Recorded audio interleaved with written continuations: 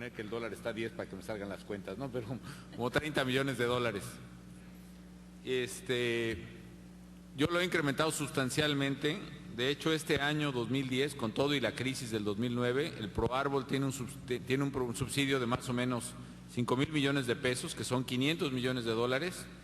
Y también gracias a los diputados aquí presentes, logramos elevarlo a 650 millones de dólares por año para ProArbol, para poder seguir apoyando esos programas.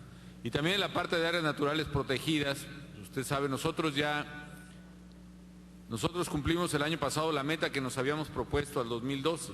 Ya actualmente en México el 13% de la superficie del territorio nacional, el 13% es ya área natural protegida. Creo que ahora el reto que tenemos que hacer es destinarle más recursos a preservar las áreas naturales protegidas, porque yo creo que no basta simplemente decretarlas, no basta sacar una regla que diga esta es área natural protegida, sino que necesitamos tener recursos para mantenerlas, porque de otra manera las vamos a perder. No basta pues la voluntad y el decreto oficial, pero con mucho gusto tomo en cuenta y créame que coincido mucho en el espíritu. Y saludos ahí a la Sierra Norte, a la Sierra Gorda, perdón, de Querétaro, me dijo. Pues saludos a todos por allá.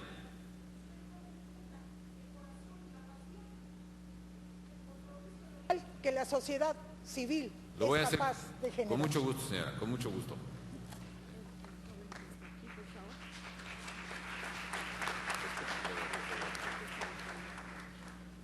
Thank you for this opportunity, Mr. President. My name is Rishikesh Bandari, and I am a focal point of the youth constituency.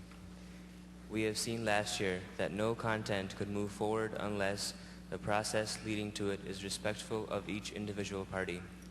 How would you see your role as the head of state of the country hosting the COP presidency to move forward, to provide leadership over this week in the process so that we can make progress in which everyone feels ownership? Thank you. Hijo, pues la verdad es que pues, sí es muy complicado, ¿no? Muy complicado porque si a veces es difícil ponerse de acuerdo entre dos, ponerse de acuerdo entre 200 es realmente mucho más difícil. Y esta ocasión se agrava un poco más porque, ¿cuál es mi percepción? Me parece que la crisis económica tan grave que se tuvo en el mundo el año pasado y que todavía ha dejado una secuela con muchos problemas. Por ejemplo, en Europa la gente tiene ahora una gran preocupación por la situación económica en varios países, en Grecia, en Irlanda, en otros. En Estados Unidos mismo la preocupación de la gente sigue siendo lo económico. Eso ha frenado de alguna manera el ímpetu de muchos países para poder llegar a acuerdos. Sin embargo, el rol que México ha asumido ahora que acabamos de tomar la presidencia de la COP, incluso un poco antes, nos propusimos escuchar a todas las partes. Yo la instrucción que le di a la canciller era que todas las partes fueran escuchadas, el grupo de los 77, los países de la Unión Europea, los países anexo 1, los países no anexo 1, los grandes emisores, los pequeños emisores, los estados insulares. Yo creo que cada quien tiene mucho que hacer. Y es un trabajo muy difícil de consenso, pero a mí me parece que es la única manera de hacerlo. Ahora, yo sé que nos estamos acercando al momento de decisiones políticas clave. Yo creo que nos vamos acercando a muchos acuerdos que ojalá podamos amarrar, sobre todo en los mecanismos de cooperación de largo plazo. Estamos cerca en acuerdos en materia de adaptación, por ejemplo. Creo que por primera vez vamos a tener esquemas muy claros de cómo trasladar recursos a países pobres en materia de adaptación. Estamos muy cerca también de acuerdos en materia de tecnología, transferencia de tecnología y centros de transferencia de tecnología. Si llegamos a un acuerdo, por ejemplo, a mí me gustaría que México pudiera albergar algún centro de transferencia de tecnología verde a países de la región, países pobres. Estamos cerca también de los temas tan complicados de financiamiento. Cuando en Copenhague escuchamos la cifra de los 100 billones por año para el 2020, yo creo que muchos nos fuimos de espaldas y lo vimos con incredulidad. Y cuando nos dijeron que 30 billones por lo menos de aquí al 2012, pues también dijimos eso va a estar muy difícil. Bueno, ya hay casi 29 billones de dólares disponibles para proyectos de inmediato. Por eso es importante que aquí en la COP se concrete los mecanismos de financiamiento de corto plazo y se concrete específicamente el tema del Fondo Verde. Nosotros queremos que arranque de una vez y por eso exhorto a las delegaciones a que hablen con sus representantes y no hagan que se posponga un año el arranque de un proyecto tan importante. Yo creo que podemos pasar nosotros años discutiendo el modelo, cómo se va a supervisar, cómo se va a organizar, las reglas, pero que arranque ya con los proyectos que ya están listos para aplicar en países pobres. Creo que la gran aportación de Cancún va a ser los mecanismos de red incorporados a los mecanismos de largo plazo. Ustedes saben que casi el 20% de las emisiones proviene de deforestación. Muchos países en desarrollo, nuestra gran riqueza son los recursos forestales, necesitamos dinero para salvarlos. Las 2/3 partes de las emisiones de muchos países pobres provienen de deforestación, pues si no tenemos industria masiva o en muchos lugares no hay industria masiva, las emisiones vienen por eso. Si nos ayudan a evitar la deforestación, vamos a bajar importantemente las emisiones. En fin, es un rol difícil, pero sé que vamos a salir adelante. Échenos la mano, que todos tengamos la regla de que salgamos de Cancún con un acuerdo. A lo mejor no es ese gran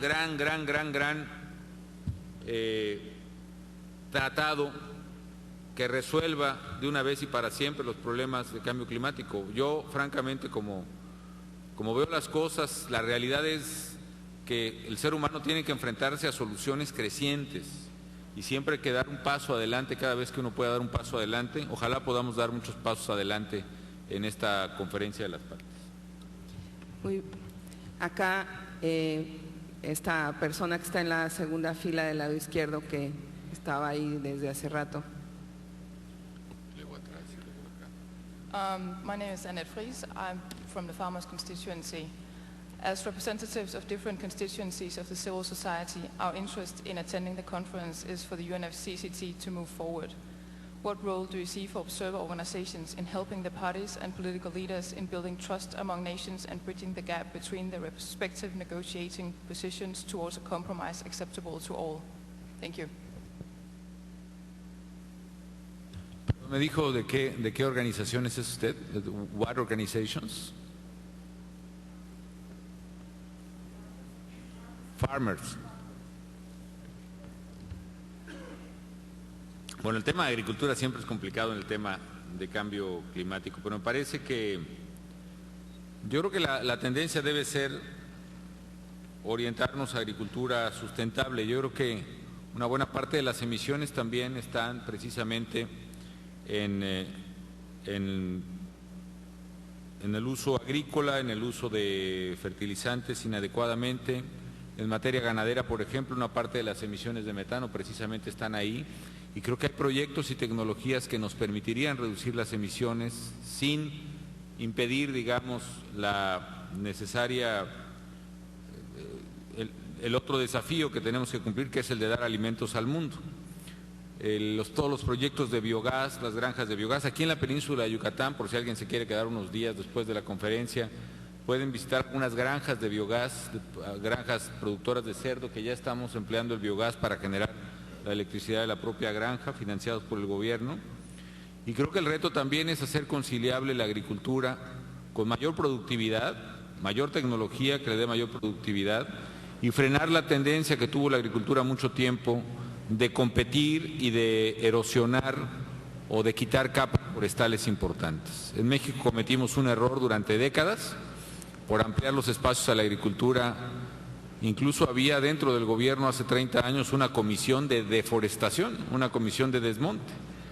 Y eso pues sí abrió espacios a la agricultura, pero pues acabó con una buena parte de la superficie forestal. Creo que eso ya no debe volver a ocurrir y la clave está en desarrollo tecnológico agrícola y desarrollo sustentable. Y en general las organizaciones, creo que la clave es que ustedes establezcan redes de acción global y que hagamos varias cosas. Uno, sacudir la conciencia colectiva, que le falta una buena sacudida, diría yo. Insisto, creo que la crisis económica o problemas de economía, de seguridad, etcétera, hacen que la gente piense que lo del cambio climático se resuelve después, si es que algún día se resuelve. No es urgente, digamos, en la mentalidad colectiva, y hay que darle un sentido de urgencia. Y eso se lo pueden dar mucho más las organizaciones de la sociedad civil que nosotros los políticos. Yo creo que todo el mundo, la política tiene una tendencia de baja credibilidad, y creo que ustedes le pueden dar esa credibilidad. Entonces, redes de organización, redes de difusión, y también yo creo que es importante de la sociedad civil aplicar también un poco de tolerancia. En este tema, para mí lo vital es avanzar y lograr acuerdos. Y cuando se asumen posiciones radicales o intolerantes, no se avanza mucho y se hacen rígidas las partes. Creo que eso puede ser una contribución importante de la sociedad civil. Muchas gracias. Va a ser muy difícil tomar tantas preguntas como interés hay aquí en la audiencia. Pero vamos a hacerle a grupitos de 3, canciller. De acuerdo, presidente. A ver, estas 3, la señora de blanco, sí, la de rosa y el joven de azul. Y luego tomo otras 3, el señor del saco azul, la señorita de blanco y negro y el señor del saco azul atrás. Ahorita vamos, a ver. Muy bien. Entonces empezamos aquí estas 3. My name is Gotelind Alba. I'm the focal point of the Women and Gender Observer constituency. Mr. President, we have appreciated the efforts of the Mexican presidency to renew confidence in the UNFCCC. We understand that the responsibility of Mexico as the COP president extends beyond this conference. As the head of state of the country hosting the COP presidency, what role would Mexico plan to take to keep the climate change regime advancing, both during the remaining 11 months of its presidency and also in the midterm? And a small additional question, so what role for women do you see in all this? Thank you.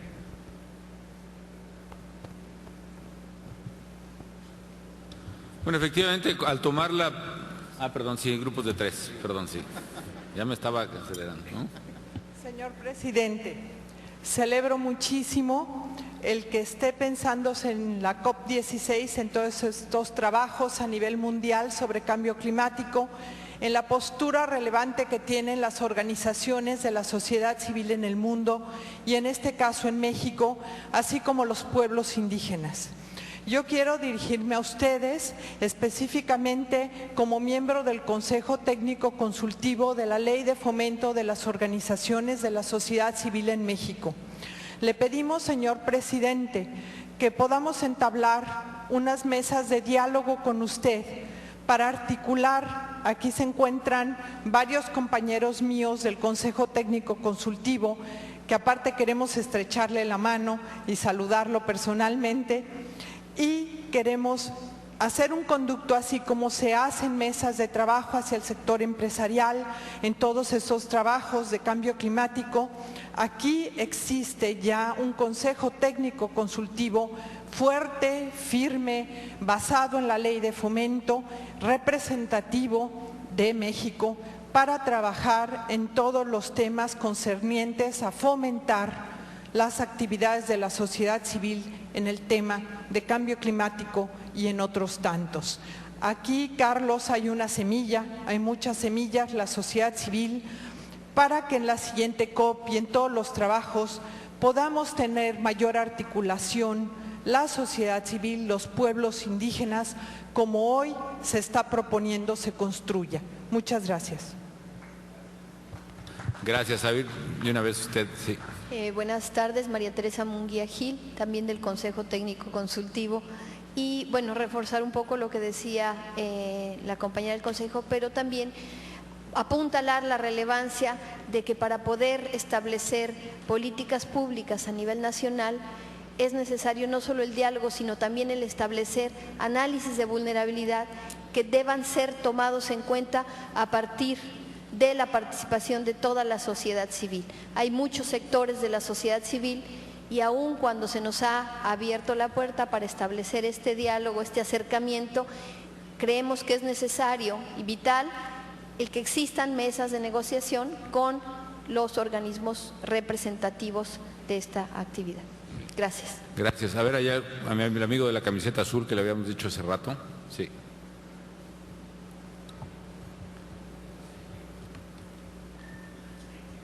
Can you hear me? Okay. Thank you, President Calderon and COP President Espinosa, and to everyone here for helping confront climate change. This past year, we have seen more climate-induced disasters than ever before in world history. Each and every one of us here today is here on behalf of the billions who cannot be here. Floods in Bangladesh and Pakistan, fires in Russia, the sea is rising and people are dying. There's never been a more important moment to come together to solve this crisis now. To every party member, I urge you, imagine your own children. What would you want, what world do you want to leave them? Everyone in this room, everyone, civil society and party members together has the power to either destroy or save the world. So do it right. We need to mobilize societies and we need to be out on the street. And I just want to thank everyone who is here today. As a young person, I am counting on you. I am counting on you, begging on you to do your very best and come together. Okay is not enough. We need to do great things. We need to move mountains, but we can. Yes, we can. Yes, we can. Thank you.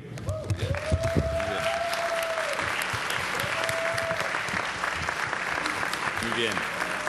Bueno, no puedo estar más de acuerdo con eso. Primero, efectivamente, México toma ahora la presidencia de la COP y pues ahora sí que no la vamos a soltar, ¿no? De aquí a pues 11 meses hasta que venga la presidencia de Sudáfrica para la COP17.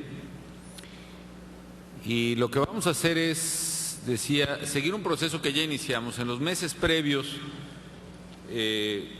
tomamos la presidencia, a tomar la presidencia aquí en Cancún, empezamos a dialogar con todas las partes. Y eso es lo que vamos a seguir haciendo, cualquiera que sea el resultado de esta conferencia. Vamos a seguir estimulando la negociación y vamos a seguir promoviendo la confianza. Lo estamos haciendo desde el lado de la Secretaría de Medio Ambiente. Aquí está Juan Elvira, que ha hecho una labor extraordinaria en materia ambiental. Pero una cosa que hicimos al observar la COP anterior es que necesitábamos también mucho más diplomacia y por eso incorporé a presidir la conferencia no solo al medio ambiente, sino a la Secretaría de Relaciones Exteriores. Y creo que eso necesitamos hacer, trabajar y buscar puntos de entendimiento entre todos. Segundo, vamos a trabajar en troika, es decir, la troika es el país anterior, Dinamarca, el país actual, México, y el país futuro, Sudáfrica. Y eso nos va a permitir darle continuidad al proceso. Tercero, vamos a seguir apoyando iniciativas de grupos, además de lo diplomático, insisto, sociedad civil, empresarios, que es muy importante. Y finalmente diría que en el tema más complicado, que es el protocolo de Kioto, que vence en el 12, creo que ahí tendremos que centrar nuestras prioridades muy importantes y tratar de entender a los grandes jugadores, ¿no? Europa, por ejemplo, que tiene sus compromisos, pero que quiere otros grandes países desarrollados se incorporen a los compromisos, como es Estados Unidos. Tienen un punto de razón. Estados Unidos, que manifiesta por una parte que quisiera, pero que quisiera ver más acción del lado de los grandes emisores, independientemente de que no sean desarrollados, también tienen parte de razón. Y los grandes emisores también, como China, que ya están tomando acciones. Yo he visto un cambio importante en el gobierno chino. Ha habido un avance que hay que ver, hay que valorar, hay que aquilatar. Y yo creo que son piezas de un rompecabezas que no hemos acabado de armar y que sé que podemos armar si continuamos trabajando de buena voluntad y si todos los países siguen mostrando buena voluntad. Por último, yo creo que tenemos que ser capaces de no perder el impulso y de no romper una inercia y no romper el momentum, ¿no? Yo no soy buen jugador de fútbol americano, en México no se juega mucho, pero si algo admiro de ese deporte es que la clave no está en jugárselo todo en una jugada, sino la clave es ir ganando 10 yardas en cada momento del partido. Yo creo que cada COP tiene que ser una jugada, y lo que yo explicaba a los del G20 cuando les insistí hace unos días en Corea de la importancia de la COP, que si seguimos trabajando así, a lo mejor no vamos a sacarnos de repente con el gran acuerdo, el parto de los montes, decimos los mexicanos, o el touchdown, digamos, en una sola jugada, pero sí podemos sacar bastantes buenos primeros y dieces que nos acerquen a la meta. Yo creo que eso debemos proponernos. Vamos a seguir trabajando en cuanto a las otras preguntas en las mesas de trabajo y vamos a abrir diálogos. De hecho, nuestra idea es abrir una plataforma de diálogo, no solo con las organizaciones establecidas en México, sino en general, que sea una mecánica que acompañe la organización de la próxima COP y de esta en todo el mundo donde se puede hacer eso. Y finalmente no puedo estar más de acuerdo con el compañero que acaba de hablar. Yo mencionaba hace unos días, pues no solo los incendios en Rusia, la sequía en África, sino lo que hemos sufrido aquí, los países que estamos junto al Mar Caribe, que además también disfrutamos mucho del Mar Caribe, como ustedes se pueden imaginar, pero hay días que son más complicados que otros. Como el agua del mar está más caliente que de costumbre, los huracanes, es decir, se evapora más rápido, los huracanes se forman más rápido y son mucho más violentos que antes. Yo decía que aquí en México este año murieron más de 60 personas por desastres naturales, pero en nuestro vecino país de Guatemala murieron casi 1000 personas o cientos de personas por deslaves, porque de repente llueve más intensamente que nunca y llega un golpe de agua en el río que ahoga súbitamente todas las viviendas y murieron cientos de personas en Guatemala. Nosotros ya estamos pagando las consecuencias del cambio climático y me uno al llamado de este joven al sentido de urgencia. Creo que nos podemos echar otra ronda de preguntas. Yo decía el señor del saco y luego la señora de blanco y negro y luego atrás otro señor de saco, por favor. A ver, aviéntese, mi amigo. Perdón. Al otro, el saco sin corbata, sí. Hello. Good afternoon, Excellency. Good afternoon, Excellency, the President of Mexico, Mr. Calderon. I'm Ron Tan from Singapore. I think Mexico have done a wonderful job in fighting emissions. I can see this is the first time come to Mexico and there's a lot of greenery there. But I noticed that you have not removed your fuel subsidy because International Energy Agency is calling for the world to remove the fuel subsidy so that you will discourage the use of petrol, diesel, and bunker oil indiscriminately. Because today, if you want to fight carbon emission, you need to have the fuel subsidy removed. Why have you not done so? Thank you. Wait. Yes. Yes, the interpreters say that she cannot listen to you, but I can. So if you want to follow, Your Excellency, what I'm asking is, why have you not removed the fuel subsidy on the petrol and diesel in Mexico? If you remove the fuel subsidy, it will discourage the use of fossil fuel indiscriminately. But there is a problem, I can say, because in the developing countries, if you remove the fuel subsidy, the poor people will suffer. How are you going to solve this problem, Your Excellency? I thank you.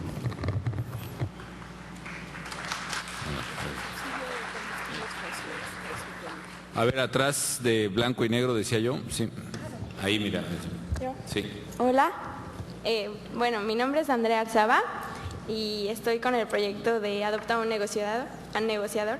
Señor presidente, quisiera pedirle algún mensaje para los jóvenes mexicanos y en general de todo el mundo, aquellos que participamos como activistas, educadores o comunicadores en cuanto al combate del cambio climático. A su percepción, ¿cuál es la importancia de la participación de los jóvenes en este tema y en general de la COP16? Y quisiera preguntarle si de verdad se escuchan nuestras voces. Gracias. Gracias. Y finalmente atrás del saco, allá, así camisa rosa, saco azul, ¿no? Gracias. Estimado licenciado, presidente de México, soy Jonathan Hobb, del estado de Hidalgo. A nombre de la comunidad científica que represento, quisiera pedirle a usted de la manera más atenta que realmente se tomen acciones concretas en cuanto a la conservación de la biodiversidad y la mitigación del cambio climático. Realmente actualmente enfrentamos una crisis en México a nivel social, a nivel económico y a nivel ambiental, lo cual es realmente grave. Somos un país megadiverso que se está perdiendo por diversos ecocidios que pueden verse aquí en gran parte de la Riviera Maya. Es necesario que actuemos y le pido de la manera más atenta que esto realmente no se quede solamente en un discurso político como tantas veces sucede en este país. Correcto. Realmente me siento muy orgulloso de escucharlo, de la actitud que tiene en esta COP, sobre su posición que tiene, y espero que así siga. Gracias, amigo. Una última acá de una persona que estaba pidiendo la palabra y me la brinqué. Adelante, sí. Buenas tardes, señor presidente. Es para nosotros, soy Carlos Gómez Roel, presidente de la Fundación Vuelo Verde. Nuestra fundación tiene dos proyectos fundamentales que desde hace 8 años vienen trabajándose y han sido aprobados por diversas instancias dentro del gobierno mexicano, como es el Congreso de la Unión, la Cámara de Diputados y Senadores. Y hace 3 años el Programa de las Naciones Unidas para el Medio Ambiente, en su oficina regional todavía en México, nos obsequió un documento en el cual nos estimula diciendo que el proyecto de la creación de la Brigada Aérea de Seguridad Ambiental puede ser un proyecto con mucho éxito para el país y para muchos países en América Latina. Hemos llegado aquí a la COP16 y hemos tenido la bienvenida de varios países que quieren conocer el proyecto porque les interesa mucho por la reforestación natural asistida que podemos hacer de muchas semillas a lo largo del país. ¿Por aire? ¿Por aire? Sí. La reforestación aérea ha sido ya aprobada por el mismo gobierno de China y ya reforestó 8 millones de hectáreas. Para el próximo año va a reforestar 60 millones de hectáreas. México lo puede hacer. Y sobre todo, los incendios forestales, señor presidente. Los incendios nos preocupan muchísimo porque tenemos un gran déficit precisamente en combatirlos. Creo que podemos complementar la acción de la Comisión Nacional Forestal a este respecto. Gracias. Bueno, gracias. Respecto a la primera, no, yo estoy bien consciente de la importancia de retirar los subsidios a los fossil fuels, al petróleo, lo que dijo el petróleo, a las naftas, al diésel. Y de hecho lo estamos haciendo gradualmente. En México,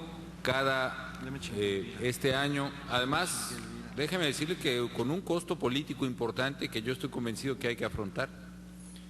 En México, desde este año, por ejemplo, se subió un punto más de impuesto en general en consumo y particularmente consumo de combustibles, y cada mes aumenta 9 centavos el costo del combustible, precisamente para eliminar gradualmente el subsidio a los combustibles fósiles que prevalecen desde hace décadas en México. Y lo estamos haciendo gradualmente para evitar un impacto en el consumo de las familias más pobres. ¿Cuál es el proyecto que tenemos? Poder sustituir estos subsidios generalizados a los combustibles que son distorsionantes, eliminarlos gradualmente y sustituirlos en el futuro por transferencias directas en función del ingreso de las personas. De hecho, esa es la clave del proyecto Oportunidades de México, que son transferencias directas, no generales, transferencias directas a la persona que viva en pobreza extrema, por ejemplo. Se le da un apoyo que puede ser más o menos, en promedio son como $70 al mes, más una cantidad variable dependiendo del número de hijos que lleve a la escuela, con la condición de que lleve a los hijos a la escuela y con la condición de que los lleve al médico. Hay gente que recibe por el número de hijos hasta unos $210 al mes. Y en la medida en que y estoy hablando de la cuarta parte de los mexicanos, más de 30 millones de personas son beneficiarias de estos programas. A través de las transferencias directas, que otros países las han ido tomando también, por ejemplo, Bolsa Familia en Brasil, así fue diseñado siguiendo este programa al principio. A través de esas transferencias directas podemos trasladar parte de los subsidios que ahora damos, pero que los precios de los combustibles reflejen el valor de mercado. Y además, si en los acuerdos se llega a establecer un precio al carbón, eso precisamente nos va a ayudar mucho mejor para reducir eficientemente el uso de esos combustibles e impulsar alternativas renovables. Eso lo estamos haciendo en México gradualmente. No es fácil, insisto, ha implicado un costo político importante para el gobierno mexicano, pero creo que es lo que se tiene que hacer en la dirección correcta. Y vamos en ese sentido. De los muchachos que hablaron, yo creo que eso de adopta a un negociador no lo había oído, pero me parece muy bueno. Es muy importante, como decía yo el día de la inauguración, que no perdamos de vista el futuro y que cada negociador tiene que pensar en los niños y en los jóvenes, tiene que pensar en el futuro. Esa debe ser la motivación, no pensar solamente en el presupuesto, no pensar solamente en los votos, sino pensar en los niños y los jóvenes, y ustedes pueden ayudar a eso. Y finalmente, con mucho gusto veo lo del proyecto de vuelo verde, no lo conocía, ha habido hablar un poco, pero lo podemos revisar con muchísimo gusto para ver si lo podemos probar. Bueno, si quieren echamos unas 4 últimas, a ver a la persona del sombrero y del gabán, sí, acá, sí, por favor, y la señora que está delante de él también, la señora de la blusa rosa que está atrás y el señor del saco verde que está ahí. Muy buenas tardes, hermano presidente. Mi nombre es Gualberto Barahona Malco, de Medio Ambiente de Conamac, Bolivia. Hermano presidente, queremos hacer conocer como pueblos indígenas originarios, la lucha es en el cambio climático para defender a nuestra madre tierra. Defender los derechos de la madre tierra significa, hermano presidente, defendamos nuestros derechos de nuestros hijos, de nuestros nietos. Así dijimos, una señal muy clara, porque defender los derechos de la madre tierra estamos dejando en la defensa a nuestros hijos, y eso es lo más importante, hermano. La madre tierra puede vivir solo, pero nosotros no vamos a poder vivir solos. Por eso lo más importante en esta cumbre, que defendamos los derechos de la madre tierra con una consulta previa, libre e informada a través de los pueblos indígenas originarios. Hermano presidente, solamente eso nomás quería decir. Es muy importante que nos ha dado una oportunidad de expresarnos en este momento, y esta ha sido una oportunidad que el pueblo indígena originario que haga conocer su propuesta. Muchísimas gracias. Gracias.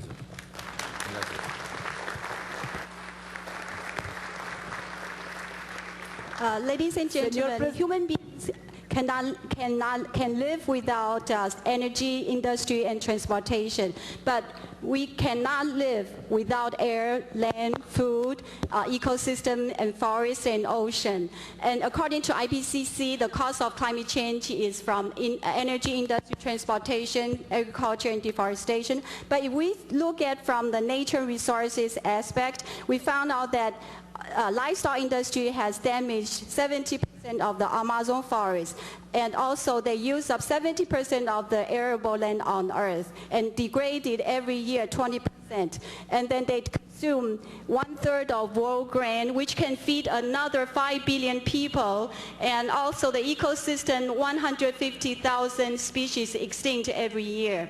And if tomorrow we have zero emission from energy, transportation, and industry, our climate change will not become better, because we will not have another earth to live if we continue consume meat. Okay, and also right now we are facing a short-term crisis. Why do we focus on a long-term strategy for another 20 years? If we don't have a now action, we will not have long-term implementation for a green future. So please, government has the strongest power to organize to raise the awareness level for awareness education. Actually, in 3 days, not 1 or 2 years, because we can use the existing system for education, media, to tell our people the vital cause of climate change, the root problem, instead of the trivial meaning, which are the leaf problems. The energy result will give us in 20 years. But if we stop eating meat, and we have to reduce to 1990 level, which is everybody should reduce to at least 20 kilo meat a year, and then we can resolve the problem, the climate change problem, to 62%. Thank you. To be brief. Can I ask you to be brief? We have very little time, and there's lots of people that would like to take the floor. Okay, thank you, I finished. Señor presidente, le traigo un saludo cordial desde la Fundación de Iniciativas de Cambio Climático de Honduras. Quisiéramos pedirle al señor presidente y a la presidenta de la Conferencia de las Partes, la señora Patricia Inestrosa, que nos apoyen para que Honduras sea considerado, reconocido por la Convención como país vulnerable dentro de los países más pobres, ya que de esa manera podríamos accesar a los recursos. Honduras, así como ustedes y nuestros colegas de Guatemala, hemos sufrido mucho los efectos extremos del cambio climático de este año. Está comprobado científicamente que somos el tercer país más vulnerable del mundo a sufrir los efectos extremos del cambio climático y somos el primer país del mundo en cumplir con el protocolo de Kioto. Entonces, les excitamos a que ustedes nos apoyen, a que la convención nos reconozca, y así de manera particular agradecemos a la secretaria Espinosa, ya que nuestra presencia y participación en la COP16 se vale a que estuvimos con ella en Chile y fue ella la que dijo, ¿cómo no van a estar presentes ustedes siendo Honduras el más vulnerable? Y es así que nosotros estamos presentes aquí gracias a la CEPAL, a esfuerzos personales y debido al apoyo decidido de la Secretaría de Relaciones Exteriores de México. Muchas gracias. Gracias. Gracias, señor presidente. Es un gusto volver a saludarlo después de un par de décadas. Vengo de Guadalajara. Mi nombre es Francisco Plancarte, represento a 34 ONGs de diferentes partes del mundo con la propuesta de revisión de la Carta de San Francisco para encontrar un foro que con calma, con tiempo, pueda sentarse a discutir, a dialogar, a debatir una transformación de la Asamblea General de la ONU en sistema parlamentario para que la ONU tenga facultades y atribuciones suficientes de legislador para tener la posibilidad de resolver serios problemas por los que afrontamos en este mundo, tanto por lo que se refiere a cambio climático como a muchos otros problemas de carácter global. Lo que queremos dejar de testimonio en esta ocasión, señor presidente Calderón, es nuestro deseo de colaborar con la Presidencia de México, con la canciller Patricia Espinosa, para dar a conocer las propuestas de las 34 ONGs tendientes a la revisión de la Carta y la transformación de la ONU. Gracias. A ver acá. Señor presidente, sí. Disculpe que nos tomamos la palabra como pueblos y mujeres indígenas, en primer lugar para agradecer y reconocer el haber incluido a una mujer indígena en la ceremonia de apertura. Esto nosotros lo tenemos muy presente. En segundo lugar, quiero tomarle la palabra y pedirle que seguimos con esperanza de la intervención del gobierno mexicano para que se considere los derechos de los pueblos indígenas y los derechos humanos en el preámbulo y en la visión compartida del documento que se está trabajando. En tercer lugar, hemos escuchado con atención las 3 prioridades que usted ha mencionado para México como acción concreta.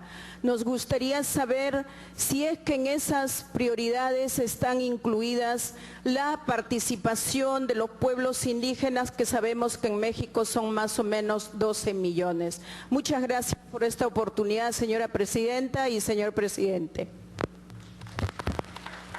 Gracias.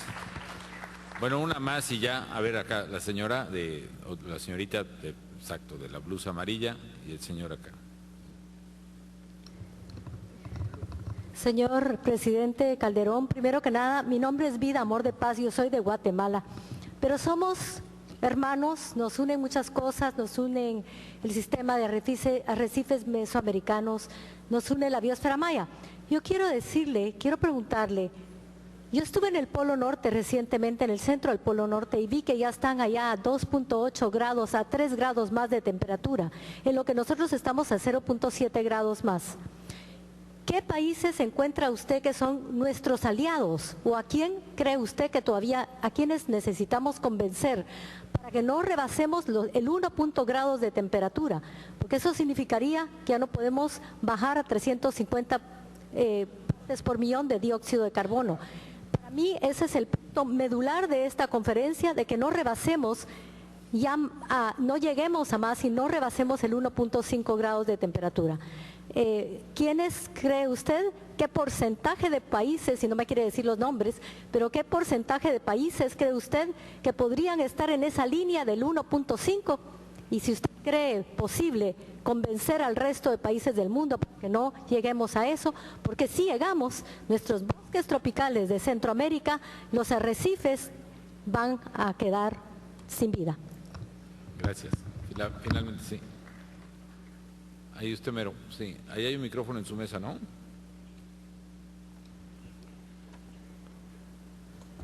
Muchas gracias, presidente. Me da mucho gusto saludarlo nuevamente. Usted nos trajo un mensaje de esperanza en el Forest Day 4 y lo saludamos con mucho entusiasmo. Sin embargo, nosotros cada vez más vemos que está difícil llegar a resultados concretos en la conferencia. Yo vengo de Guatemala, mi nombre es Roberto Cáceres, pertenecemos a la Mesa Nacional de Cambio Climático que aglutina 40 y pico de organizaciones de la sociedad civil y somos miembros de la delegación oficial porque estamos unidos frente a esta situación que, como dice la hermana de Honduras, los países del sur de México e inclusive México está sufriendo ya en carne propia esta situación. Y nosotros creemos que este ya es un problema de seguridad hemisférica y regional. No podemos pensar ya que es una cuestión pequeña. Necesitamos la solidaridad de nuestros hermanos y la priorización hacia los más vulnerables. Hay países que realmente estamos a punto del default porque se ha acumulado crisis financiera, crisis de problemas por el crimen organizado y crisis también debido a la adaptación al cambio climático. Si no hay esa priorización de nuestros hermanos latinoamericanos y usted como presidente de un país que está sufriendo en carne propia esto, si no logramos esa priorización frente a recursos escasos, realmente estamos en una situación que no va a tener retorno. Muy bien, muchas gracias a todos. Espero poder responder algunos de los temas. Creo que me brinqué varios. Uno que estudié fue el de mujeres y cambio climático. Yo soy alguien convencido de que la perspectiva de género debe estar presente en todas las políticas públicas en materia de acciones contra el cambio climático. Y creo que una manera de hacerlo es partir de la premisa de que la mujer es un sector, un grupo muy vulnerable ante las alteraciones del cambio climático. La mujer es finalmente la que sufre, sobre todo en las comunidades más pobres y marginadas, la que lleva de facto y de hecho el sostenimiento de la casa. No me refiero a los recursos que se llegan a la casa. En México ya hay más de 5 millones de jefas de familia. Me refiero no solo a eso, me refiero al hecho de ser el alma y la columna vertebral de una casa. Cuando una casa se inunda, cuando una casa se pierde, el resto de los miembros de la familia pues pensamos que la comida va a estar así como automáticamente, ¿no? Como ha estado siempre, pero la mujer es la que sufre más el no tener ahí precisamente dónde cocinar, qué hacer.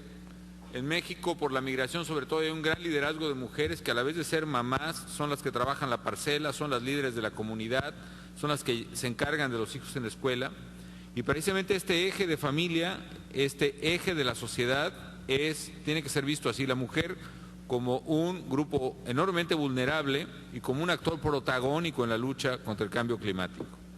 Y parte de ello, por ejemplo, es el enfoque de algunas políticas sociales que tenemos. El programa de oportunidades que yo hablé hace rato se paga a través de las mujeres, no a través de los hombres.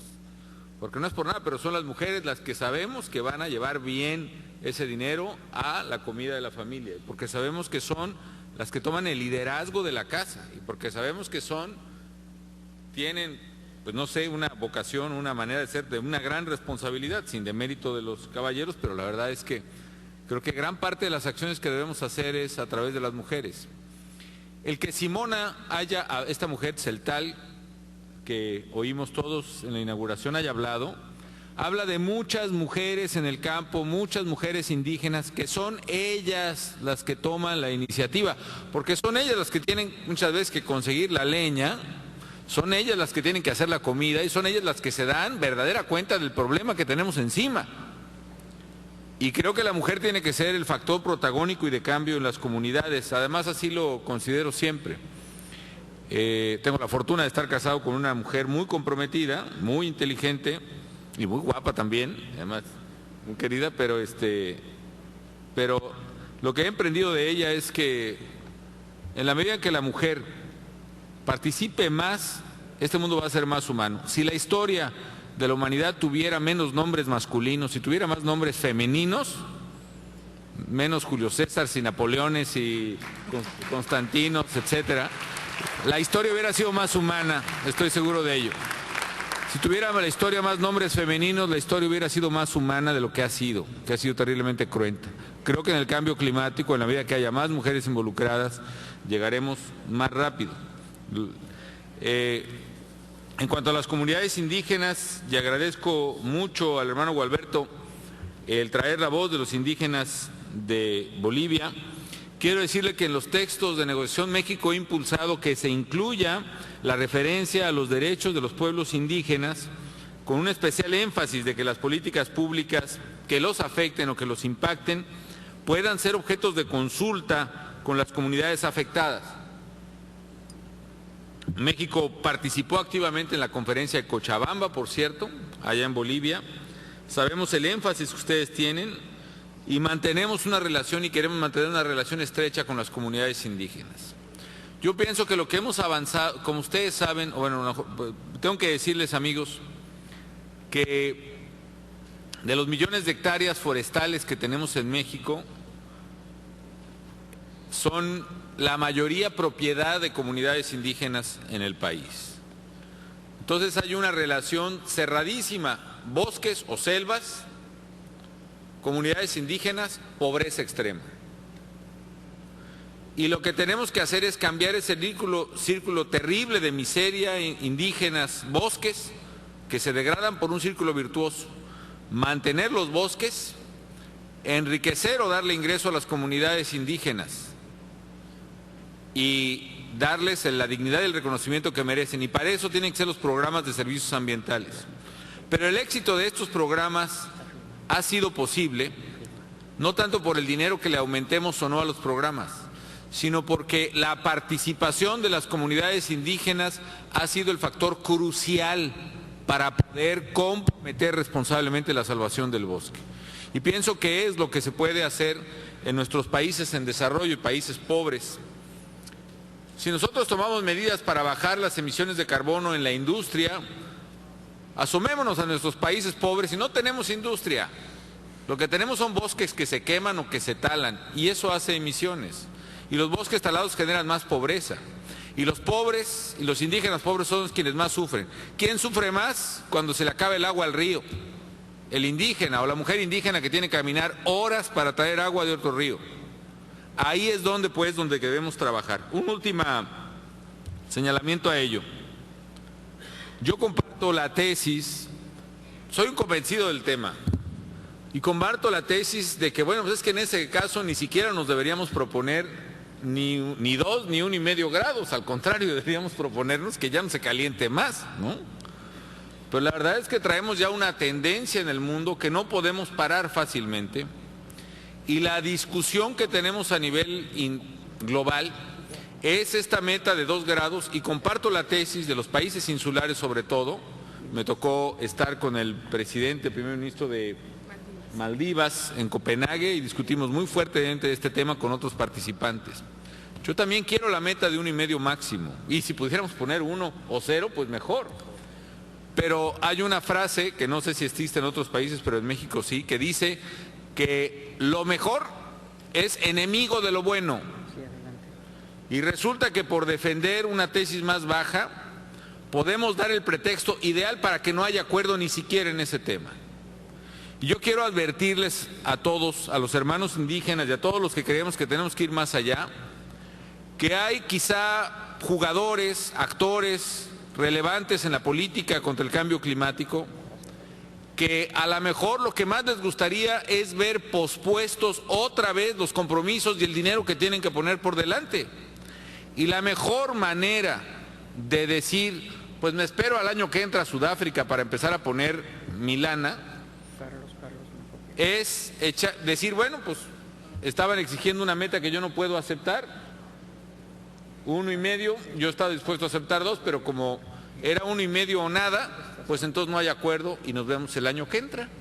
Y yo creo que ese puede ser un pretexto ideal para que no haya acuerdos. Yo quiero que estemos muy conscientes de eso y podamos construir. Yo creo que podemos encontrar un muy buen acuerdo si evitamos precisamente caer en la trampa de quienes quieren evitar que aquí y ahora se tomen acuerdos concretos. Tomo nota de Honduras. Efectivamente, Honduras es un país que, al igual que Centroamérica y México, sufre mucho por el cambio climático. Estamos entre los más afectados y habrá que trabajar precisamente a que a la hora de que se consideren los países más vulnerables se tome verdaderamente la condición real que ya están teniendo los países. La comunidad internacional está dividida en lo de las metas, pero creo que podemos llegar a la fórmula cercana a la de Copenhague. Por lo pronto, pongámonos todos la meta de -2 y pongamos la idea de explorar la de 1,5 conforme la evidencia científica nos vaya dando resultados, tanto de cómo lograrlo como de los instrumentos viables para poder hacerlo. Finalmente, en México, nuestra propia Constitución, en aquellos temas que afectan a los indígenas, nos obliga a consultar a los pueblos. Con mucho gusto lo vamos a hacer nosotros. Y quizá yo entiendo muchos países que quizá no tengan la población indígena tan importante como la puede tener Bolivia, o Guatemala, Honduras o México, no les suene, digamos, un tema común, ¿no? Pero estamos haciendo nuestro mejor esfuerzo para que eso se incluya. Simplemente los invito a todos a que nos pongamos todos la mentalidad de construir acuerdos, de que le cerremos las salidas a los pretextos que impedirían salir de Cancún con acuerdos concretos, que a lo mejor no son los máximos, que a lo mejor no son los óptimos, pero recordemos siempre, lo óptimo, lo ideal o lo óptimo es enemigo de lo bueno. Si así aquí podemos sacar un buen acuerdo, no lo perdamos en una política de todo o nada. Sí se puede avanzar, sí podemos avanzar en Cancún, y recuerden aquel refrán chino de que un viaje de 1000 leguas comienza por un paso. Es hora de dar no el primer paso, sino varios primeros pasos. Lo podemos dar si tratamos de hacerlo responsablemente. Pues muchas gracias a todos por su tiempo y su atención y su dedicación. Bienvenidos nuevamente. Gracias.